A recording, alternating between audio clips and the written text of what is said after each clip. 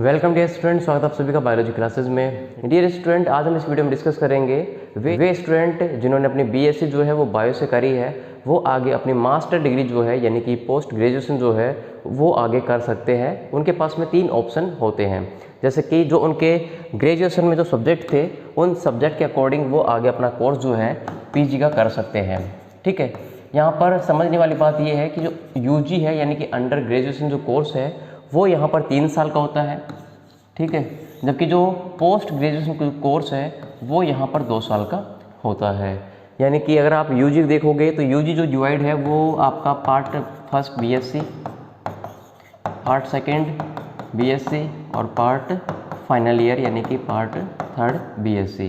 ठीक है, तीनों में आपके कॉमन सब्जेक्ट चलते हैं यानी कि बॉटनी, जूलॉजी और केमिस्ट्री 3 सब्जेक्ट है।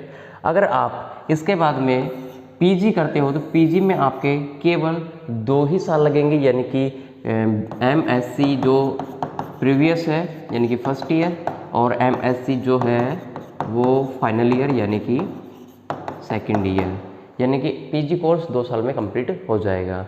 अब यहाँ पर होता क्या है कि जो बीएससी करके आए हैं बायो से स्टूडेंट, ठीक है, उनके पास में यहाँ पर 3 ऑप्शन होते हैं पीजी कोर्स करने के लिए। ठीक है, पहला ऑप्शन होता है इनके पास में कि ये जो स्टूडेंट होते हैं वो अपने सब्जेक्ट केमिस्ट्री से पीजी कर सकते हैं, दूसरा अपने सब्जेक्ट बॉटनी से पीजी कर सकते हैं और तीसरा होता है जूलॉजी, वो जूलॉजी से भी अपनी पीजी कर सकते हैं।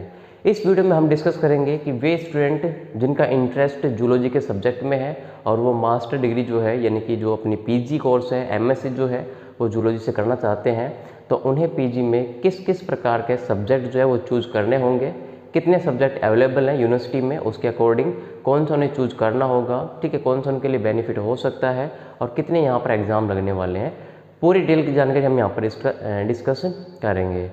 इसके अलावा जो पीजी के कोर्स होते हैं गवर्नमेंट कॉलेजों में एडमिशन लेने के लिए, उनमें एंट्रेंस एग्ज़ाम लगता है और उसके थ्रू जो एडमिशन प्रोसेस होता है वो कंप्लीट होता है। यदि आप चाहते हो कि भाई एंट्रेंस एग्ज़ाम के ऊपर भी एक वीडियो बनाएं तो कमेंट में हमें बता दीजिएगा, हम उन एंट्रेंस एग्ज़ाम के ऊपर भी एक सेपरेट वीडियो बना देंगे। फिलहाल बात करते हैं पीजी कोर्स के बारे में। यदि आपने पीएससी कर ली है और आपकी परसेंटेज जो है वो अच्छी है तो देखिए यहाँ पर क्या होता है कि बेसिकली 2 प्रकार की यहाँ पर क्या होती है कैटेगरीज होती है।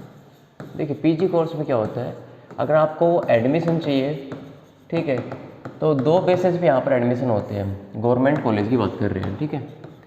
फर्स्ट है कि एंट्रेंस एग्ज़ाम दीजिए, जिससे क्या होता है कि जो यूनिवर्सिटी होती हैं यूनिवर्सिटीज़ उसमें आपका एडमिशन हो सकता है, यानी कि बोल सकते हैं कि आपके अगर एंट्रेंस एग्ज़ाम में कट ऑफ जो है वो बेस्ट है, बढ़िया है, तो आपका जो एडमिशन है वो गवर्नमेंट कॉलेज में हो जाएगा यानी कि यूनिवर्सिटी में हो जाएगा। इसके अलावा काफ़ी सारी कॉलेजेस ऐसी होती है जिनमें जो एडमिशन प्रोसेस है वो परसेंटेज बेस पर चलता है। ठीक है, परसेंटेज बेस यानी कि आपकी जो बीएससी की जो परसेंटेज होगी, ठीक है, उसके अकॉर्डिंग आपका जो फॉर्म है वो फिलअप करवा लिया जाएगा और उसमें जो स्टूडेंट अच्छे परसेंटेज रैंक वाले होंगे उन्हें पहले क्या होगा प्राथमिकता दी जाएगी और फिर आपकी जो कट ऑफ है वो प्रकाशित की जाएगी कि आपका नंबर आया है या नहीं आया।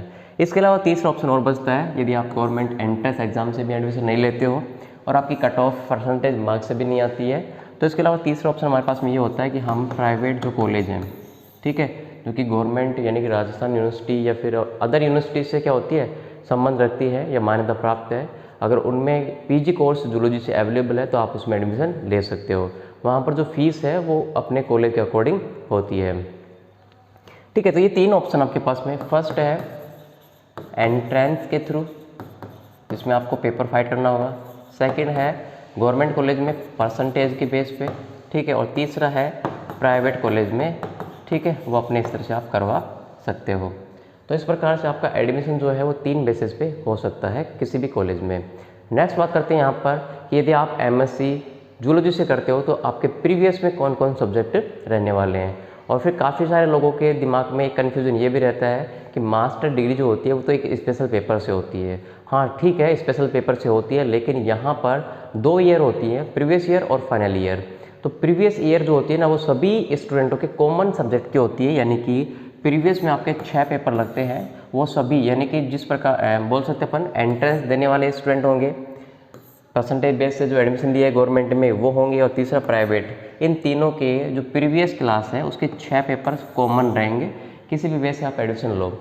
इसके अलावा फाइनल ईयर में आपके क्या होते हैं, 4 पेपर जो होते हैं वो कॉमन रहते हैं। इसके अलावा 2 पेपर जो होते हैं ना वो स्पेशल पेपर होते हैं, वो दोनों एक ही ब्रांच के होते हैं। उन्हें हम इस वीडियो में स्लाइड के थ्रू समझते हैं।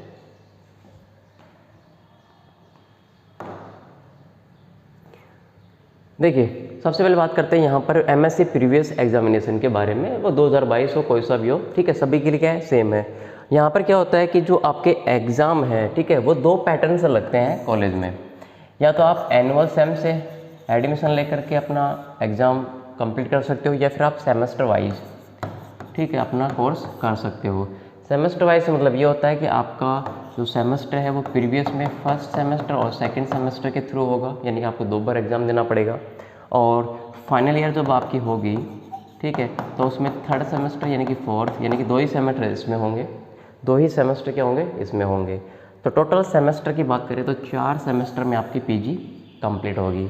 और एनुअल स्कीम की बात करें तो यहाँ पर एनुअल स्कीम में क्या होता है कि प्रीवियस में 1 बार एग्ज़ाम लगेगा और फाइनल में भी 1 बार एग्ज़ाम लगेगा, मतलब 2 बार आपको एग्ज़ाम देना पड़ेगा कंप्लीट, ठीक है। तो यहाँ पर बात करते हैं सबसे पहले पेपर के बारे में। प्रीवियस में कौन कौन से पेपर होते हैं एमएससी जूलॉजी के अंदर। तो देखिए फर्स्ट जो पेपर होता है वो होता है बायोसिस्टमेटिक का और टैक्सोनॉमी का, यानी कि जूलॉजी के जो क्लासिफिकेशन वगैरह है, ठीक है, उसके पूरे कंप्लीट डिटेल के बारे में वो जो पेपर होता है वो टैक्सोनॉमी का और बायोसिस्टमेटिक का होता है। ये फर्स्ट पेपर है, तो सभी यूनिवर्सिटीज़ में कॉमन चलता है। राजस्थान यूनिवर्सिटी हो गई, ठीक है, RRBMU हो गई, PDSU हो गई, सब में क्या होता है, कॉमन चलता है। नेक्स्ट दूसरा पेपर है स्ट्रक्चर और फंक्शंस इनवर्टिब्रेट्स, यानी कि सबसे पहले जो इनवर्टिब्रेट एनिमल है उनकी स्ट्रक्चर और उनकी फंक्शंस हैं उनके बारे में पढ़ना होगा पूरे डिटेल से। नेक्स्ट तीसरा पेपर है मॉलिक्यूलर बायोलॉजी का और बायोटेक्नोलॉजी का, मतलब ये साइंस की ब्रांचेज हैं जो डिवाइड हो गई हैं यहाँ पर पेपर के अकॉर्डिंग। नेक्स्ट पेपर आपका जर्नल फिजियोलॉजी के बारे में। सभी जो है यहाँ पर जो एनिमल्स हैं उन्हीं के ही क्या है, एक दूसरे से क्या है, ब्रांचेज है। नेक्स्ट बायोकेमिस्ट्री का है और छठा है बायोसिस्टमेटिक जेनेटिक पॉपुलेशन का। तो इस प्रकार से एमएससी प्रीवियस में आपके ये 6 पेपर होते हैं, कॉमन चलते हैं, ठीक है। चाहे आप एंट्रेंस एग्जाम से एडिशन लेके पीजी कर रहे हो, चाहे आप परसेंटेज बेस से गवर्नमेंट में एडमिशन लेके पीजी कर रहे हो, या फिर आप प्राइवेट कॉलेज से पीजी कर रहे हो। नेक्स्ट फिर आता है फाइनल ईयर।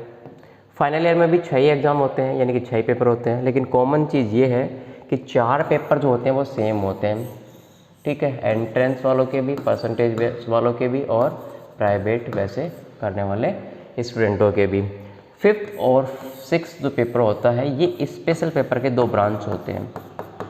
स्पेशल पेपर आप चूज़ करोगे तो उसके फर्स्ट और सेकंड 2 पार्ट होंगे, वो 5वां और 6ठा आपका पेपर हो जाएगा, ठीक है।